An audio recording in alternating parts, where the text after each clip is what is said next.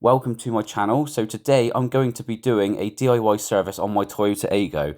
Now this kit fits a 2005 model all the way to 2014, is exactly the same. And you can see here I've got the oil filter, the air filter, the spark plugs and the cabin filter. At the time I did actually forget to purchase a fuel filter, which I believe is hidden underneath of the rear seats. Now, before I get started, I just need to throw away a spare air filter I ordered by accident. I'm going to return that one, so I'm going to pop it back in the box as you've just seen there. So the first step, of course, is to pop the bonnet so we can reveal the 1 litre engine. And you're going to be greeted with this big plastic cover held on with these silver clips that you can see I'm pointing at. Now, to remove these, you simply just press down on them and they unclip. There should be one clip in front of you, two on the sides, one at the back, and then if you go to the back left corner over this way, there should be another hidden clip, as you can see here. Now this clip actually varies on all different Toyota Aygos. If you're lucky enough, you can just squeeze this with your hands and move the clip upwards so the cover will remove. If this clip is very tight, just grab yourself a pair of pliers, squeeze it together and move it out of the way. Once you've unclipped all of that stuff, this cover should, in theory, just lift straight off. You may need to wiggle it a little bit, but with some gentle persuasion, it should lift off fairly easy. Now that cover is removed, you can see this is where the air filter is located.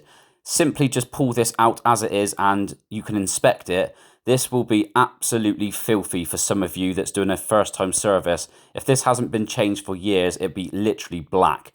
Mine isn't actually too bad, as you can see there. Give this housing a good clean whilst you're at this point, just to make sure there's nothing getting sucked into the engine. Now, we're going to move on to the fresh air filter being fitted. Like I said, this is very simple to fit. And this one here, as you can see, that I've got, has its own groove already built into the air filter. So you don't need to put any rubber seal on. It just simply slots into the housing. Now, at this point, if it was just simply an air filter change you wanted to do, you can just reverse the process and pop the plastic cover back on and just do up all of the clips all over again. And that'd be job done. But in this video, we're going to be doing a few more things. So I actually need to keep this cover off of the car. Now we're going to move on to how to change the spark plugs, and they are located underneath of these 3 coils that you can see here. Now to remove these, you simply just need to press this electrical clip in here, press down and just pull backwards, and they should remove fairly easy. If they don't, just give them a gentle wiggle and they should come away. Once you have removed these electrical wires, you can now grab yourself a 10mm socket so you can remove these 3 bolts next.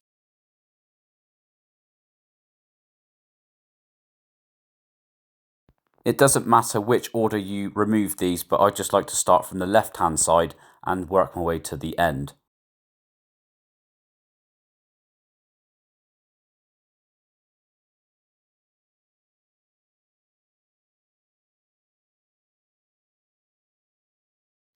Once you've taken all 3 bolts out, give these coil packs a wiggle and they should simply just pull out ready for inspection.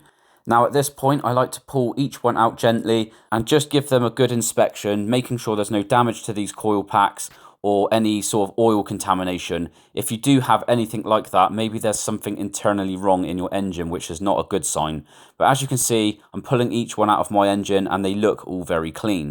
Now in today's video, I did not have the correct spark plug socket set to get these out, but you can use a normal long-nosed socket that I've got on my hand here, and you can push some blue tack or something similar down the socket to help grab the spark plug, which is what I've done in today's video.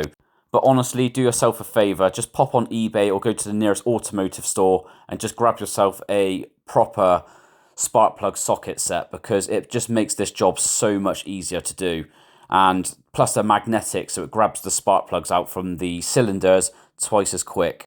Or if you really do want to save some money, just try and ask around a couple of friends. Someone's bound to have a spark plug socket set for you to borrow, and then you can just hand it straight back. But like I just said, I haven't got that today, and I've just pushed some sort of white tack down a normal socket just to help grab the spark plug. This really isn't ideal or professional, but it just does the job today. So again, I like to start with the first cylinder. Push your socket over the top of the spark plug and you will need to loosen the spark plug off. And if you've got the correct spark plug socket tool, like I said, once they're loose enough, they should just pull out fairly easy because they're magnetic. And what you're going to do is inspect the spark plug, and you can see mine is not looking the best. You can normally clean these up, possibly reuse them, but I always like to put brand new spark plugs into the engine. Now, what I did forget to add into this video, which I should have, is I like to gap check the new spark plugs off camera to make sure the gaps are correct. They should be, in theory, correct straight out of the packet to put straight into the engine, but I do like to check them because if the gaps are incorrect, that can cause misfiring and fuel consumption issues. At this point, you could, in theory, start putting the new ones straight into the cylinders once you've removed the old ones, or you can do what I'm doing here, and I'm just removing all of the old ones first, and then I'm going to grab the new ones and do them one by one. It doesn't really matter which way you do it, as long as they're done correctly. But as you can see, I've got all of my old spark plugs now removed, and this is the brand new ones. This is the gap here that I was just talking about. Make sure that is correct if you have got a spark plug gap gauge. Now, before you put the spark plugs into the engine, this is a bit of a debate, but I always like to put a little bit of copper grease on the top of the threads to prevent corrosion. But many other people will say not to do this. I haven't actually got any copper grease on me today, so I will remove these again off camera and just pop a little bit on, because it always makes it easier to remove the spark plugs again in the future. So now I'm at the stage which I think is very important, and that is how tight to do the spark plugs up. Now, I always put the spark plug in the cylinder, make sure they're in there straight because you don't want to cross thread them into the engine itself. And what I like to do is nip them up by hand and then just quarter turn like that with the ratchet, and then just turn it a little bit extra to give it a little nip. You really do not need to over tighten these spark plugs. You should actually, in theory, do these spark plugs up to the correct torque settings, but most people won't have a torque wrench. So I'm just trying to show you how you can get around this without having any issues when driving the car. And that is just literally, like I said, tighten these up by hand as much as you can, and then just giving these a little nip, nothing too extreme.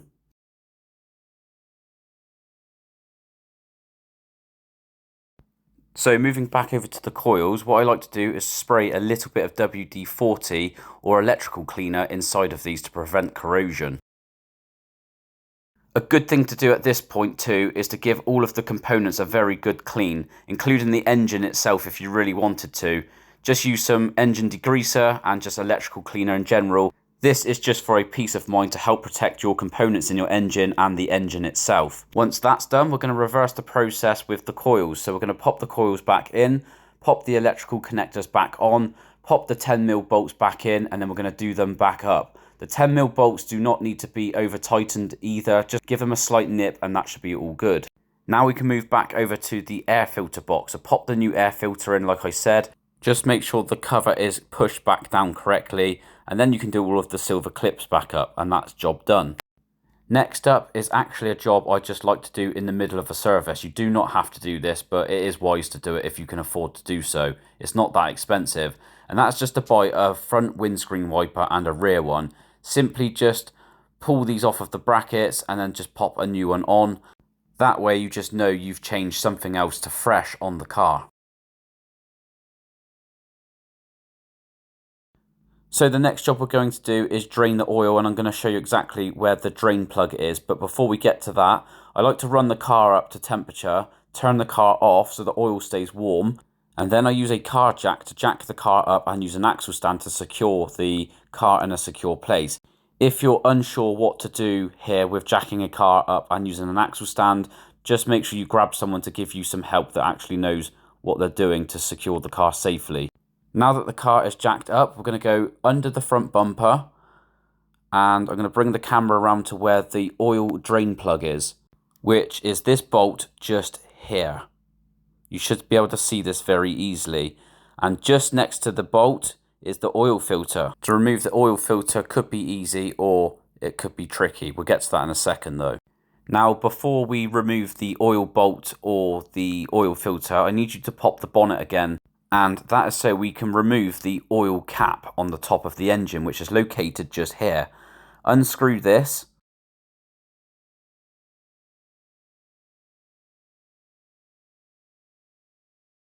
And hopefully at this point, when you get the cap off, it looks clean like this. I always find it's best to remove the oil cap so the air helps force the oil out of the engine.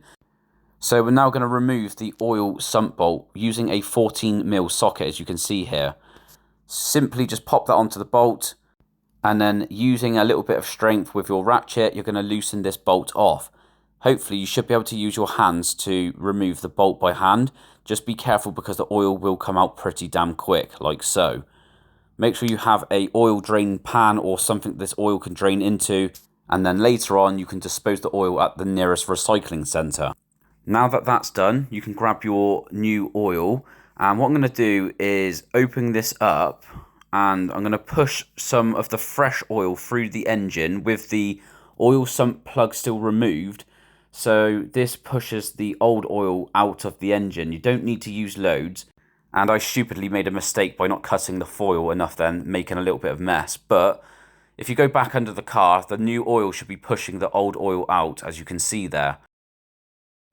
Now once the oil is starting to look nice and clear, what I would recommend you do is just pop the oil sump bolt back in, just hand tight for now, like so, and just clean the area up around it.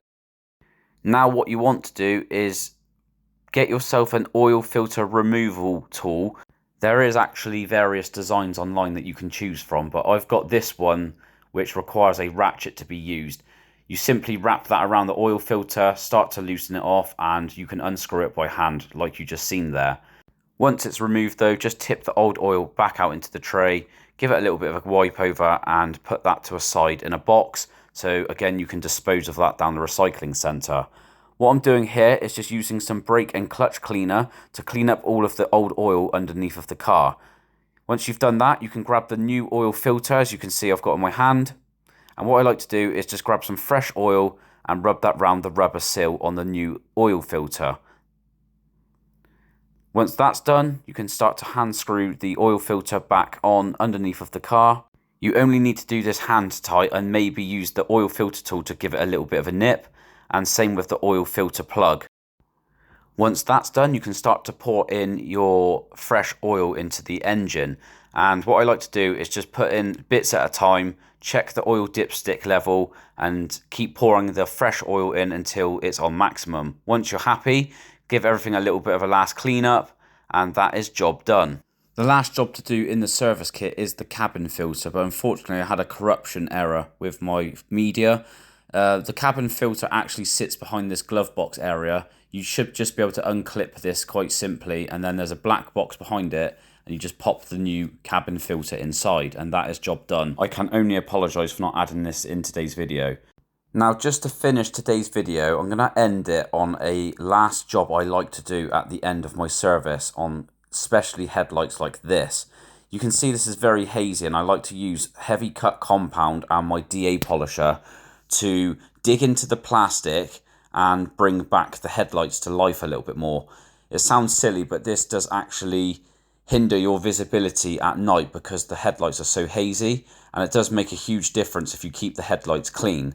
So what I'm doing here is I'm just using a coarse pad to dig into the plastic, and then what this does is it removes the horrible haziness off of the plastic headlight sort of surface area. Now, of course, everyone hasn't got one of these fancy DA polishers, but you can walk into, say, somewhere like Halfords, and they should have a headlight restore kit. And you can see here, just from starting off, this is starting to look really good already. It does take me quite a few goes to get this back to almost brand new looking condition, but it is so worth the extra work. And then I just repeat on the other side until I'm happy with the result. That is it for today's video, so thank you so much for watching. If you have liked it today, please don't forget to hit that like and subscribe button. Peace out.